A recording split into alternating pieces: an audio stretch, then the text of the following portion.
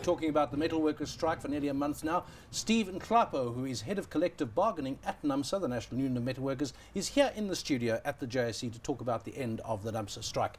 Morning to you, Steve. We've been on the phone to you quite a lot, often under stressful circumstances, so thanks for being available. But good to have you in here.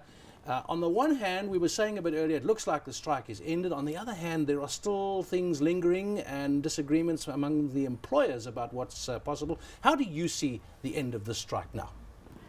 Look, from us as Numsa, we think the strike is over. We're not going to entertain the politics of the employers. There are politics within them. For us, is that the strike is over. Whoever wants to take risk on locking out our members is taking that on its own risk, because we have called our members to report at work. We have lost production, we have lost salaries. We think it's time to start and continue and go forward. Now, whoever wants to lock our members out, we think we'll deal with that as it comes. Yeah. We don't think it's fair for organizations like NIASA, who were part of the negotiations all along, and then they come now and say they don't accept the offer. What is also not clear to us is that NIASA is offering similar percentage to all other workers except the lowest paid. In other words, we see NIASA as continuously wanting to keep the status quo, that workers, in particular black workers, must earn less. And it's the same NIASA that was calling for halving the salary of workers.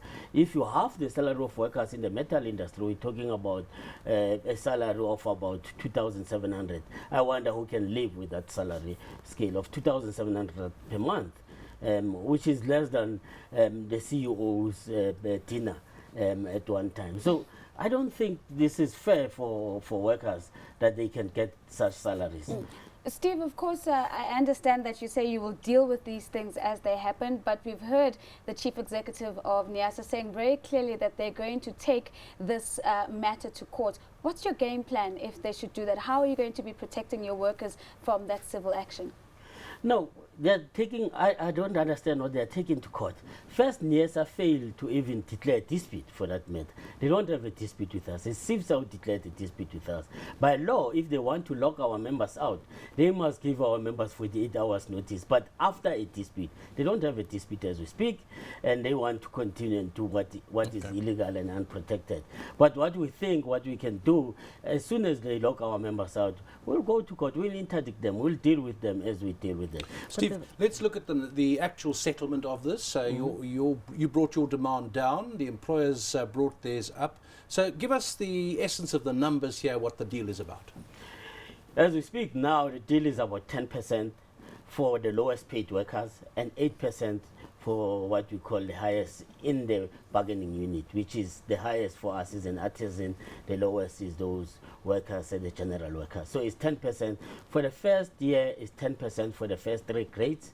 For the second year, it's 10% for the second top less grade, and then for the last year, the lowest grade will get 10%. So it's 10, 10, 10 per year. Then it goes on the sliding scale till to 8, and the second year till to 7, and the third year till to 7. Those are the figures. Steve, you were also fighting for the peace clause. Did you win on that one? Look, we think currently we've got what we call, for us, it looks like we have a status quo. That those companies, because the initial demand from the employers was that if we finish this negotiation and we sign a deal, no worker can raise anything at plant level. Now we had companies that already bargain certain things. Some companies like construction companies will bargain things like substance allowance from time to time. They were saying we must stop those things. Now, in terms of the current laws, we then have agreed that we can continue in those companies where we've got plant level arrangement to bargain. So we think it's the status quo for us. What do you say about the claims that the higher wage increases will lead to job losses? I don't understand that the higher wage loss. We think the more people have got more power is when the economy will grow. because we need people to have buying power. Yeah, but there are particular employers who say they can't afford it. So the NYASA guys are saying 8% maximum, for example. The bargaining council has its own processes and structures. There is what we call, if you can't afford, you must come and apply for exemption. And those exemptions for the past 20 years have been successful at a rate of 80%. What we're saying is that if you can't afford, come to us. Let's sit down, both with workers and the bargaining council, and see what's the problem, where can we help you. But if you open the books and say we can't afford, this is what we can afford, we allow many of the employers, 80% that applied for the past 3 years in the agreement, they got their exemption, they paying less than what is paid. But we must understand also, as soon as we get the company get to the level where they can afford, they must also begin to give workers better salaries.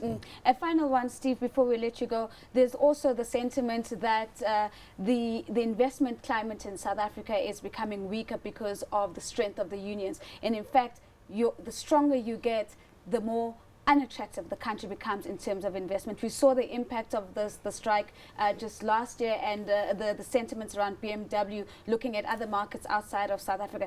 Do you get a sense of responsibility for the investment climate in the country? I don't think companies are investing because of the labor. They're looking at labor. Labor is one of them. But structural problem in this country are the one that throw employers investment out. There are countries where unions are more stronger than us. European countries, Germany, for example, has got strong unions.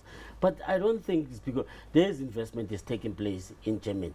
I think here in South Africa is not a question of labor. There are more other issues that are included here, structural problems and other things, domestic market. As we speak now, we're buying our steel more expensive than Swaziland in our own country. So those are the things, Steve, that make investment not to be. You talk about Germany, and I don't know how many strikes they have compared to us, but the other issue around the strikes is violence and intimidation. At the beginning of your strike, there were a lot of reports, very nasty incidents of violence, particularly on the East Rand. The union response, not just you, but generally the union response in such circumstances is, it's not us. We can't take responsibility. They aren't our members.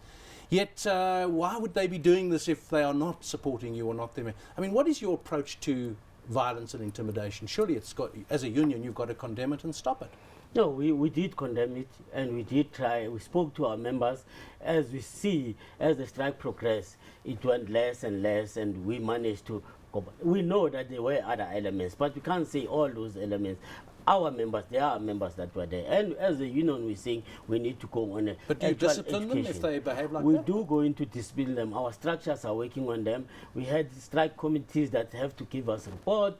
We'll have to deal with those things, especially if they are leaders as shop stewards. We need to be able to deal with those problems. But as we're saying, that needs further education for our members. And we're going to deal with that as we continue. We don't deny that there were elements inside that were our members, but we might say also there are other people who are using the strike for their own thing. There are many of them that are arrested in Israel, more than 10, 15 of them, and they were grouped that moving from area and area to make sure that they use this so that they can gain other accesses. For instance, they were stealing computers all over.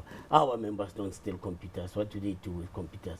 And I think our members, they understand that you can't destroy factories because they have to go back and work. Steve, thank you so much for making the time to join us and to give us that update on the back of the strike. That was Nhlapo. He's the head of collective bargaining at Numsa.